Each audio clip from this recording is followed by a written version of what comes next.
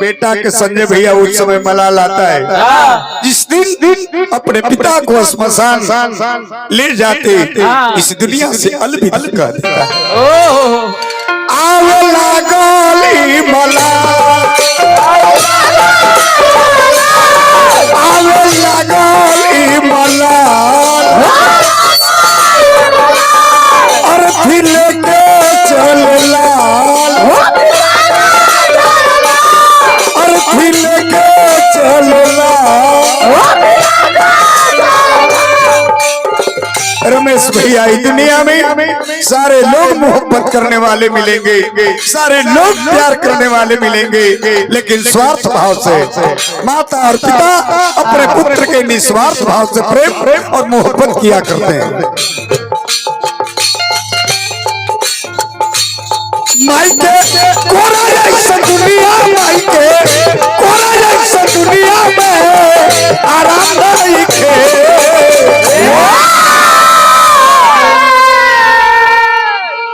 गदा पर हुआ सोफा पर हुआ सुतब खूब रुपया कमाई फ्लाइट से चलो रंजन भैया, लेकिन ये माई की गोदी में आनंद और गुदगर लगी वो दुनिया के कोई शख्स रुआ दे न सके। तो माई के गोदी दुनिया माई के गोदी दुनिया में आराम नहीं खे।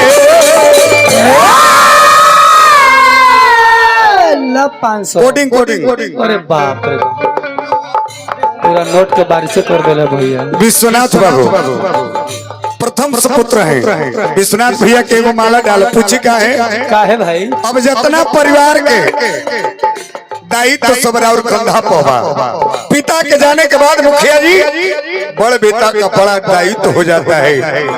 छोट भाई या बहन मेहमान आपके भतीजा आपके बेटी आपके बेटे नाजायज भी करे अगर विश्वनाथ भैया तो उससे प्यार मोहब्बत से समझा करके इस घर को चलाना है। हम भैया के माला देते नहीं रहा लोग जोरदार ताली बजाएं। कोडिंग सब गाने में ना चलेला कुछ ऐसा गीत हो जो कोडिंग से खाली चलेला। माई के गोदिया ऐसा दुनिया माई के गोदिया ऐसा दुनिया में आराम नहीं खे।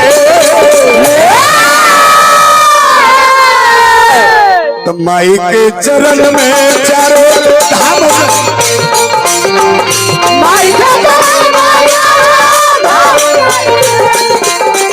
माई के चरण में चारों धाम बसल बा।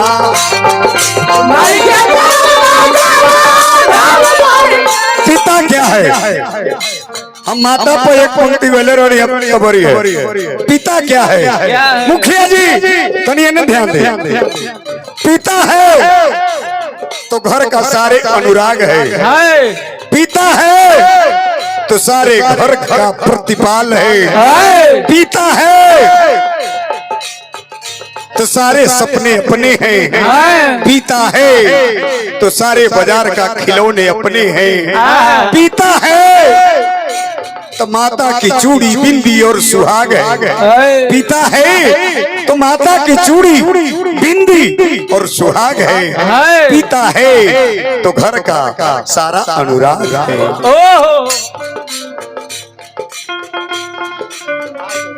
बाबा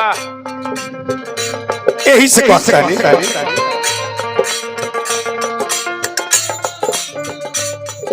पिता का हो एगो लता जी के गीत आयल रहे गुड्डू जी अब दुगोला के मुंड में नहीं खे लइकन जोरा एगो गीत सुनो खाले एकर बाद दुगोला होई। लइकन जोरा लता मंगेशकर के एगो गीत आयल रहे सात अंतरा के रमेश भैया सातों सात आवाज में अंतरा था सातों सात लय में अंतरा तो सिखावे थी वो गुड्डू ई दुनिया मतलब तैयारी मतलब लोग सतावेला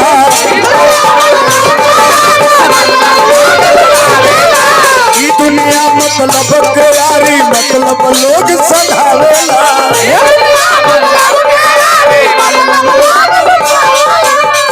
दो पुत्र से से हमरा रूबरू हो गई विश्वनाथ बाबू से और अर्जुन बाबू से 3 गो आउ बचल बारे ओहो है मतलब ले अब रिश्ता नाता मतलब ना चला चावेला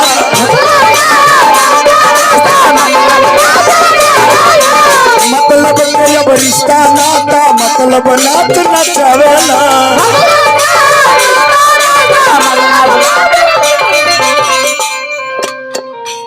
धन बाबूजी के भाग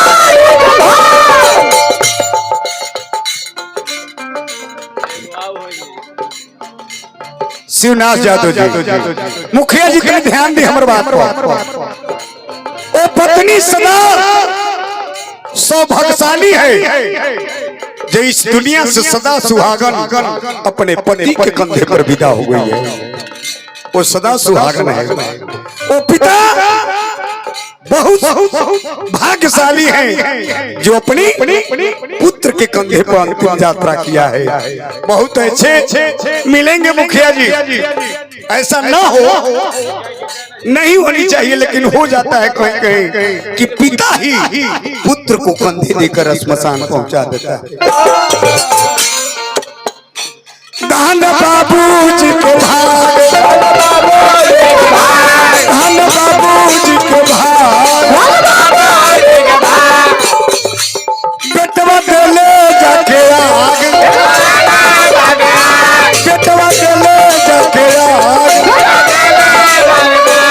माई के गोदिया ऐसा दुनिया माई के गोदिया ऐसा दुनिया में आराम नहीं माई के गोदिया ऐसा दुनिया में अरे आराम नहीं तो माई भी न सुखवा सुबह अरे सामना